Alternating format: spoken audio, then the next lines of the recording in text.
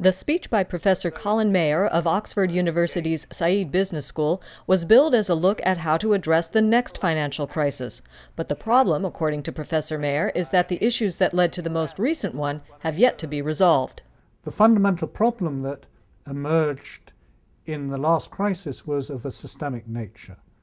The risk that the failure of one institution could bring down another, and the failure of one institution causing the closure of many financial markets.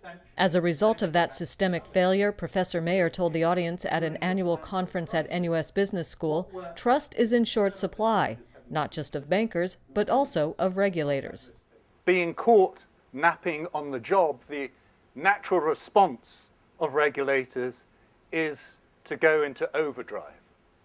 And as night follows day, exactly what we're observing now is an inevitable strengthening and increasing of regulation around the world. The proposed reforms, whether in the UK, Europe, the US, or Singapore, fall into three categories.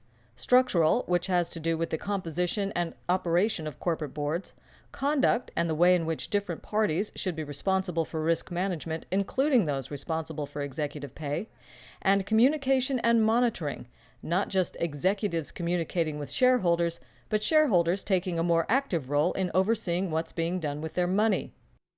Some of the reforms are being implemented now, but Professor Mayer says what's urgently needed is a more coordinated response, a system of macroprudential regulation.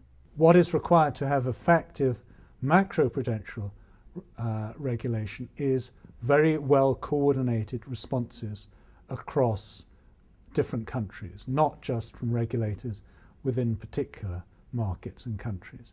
That is what we don't currently have.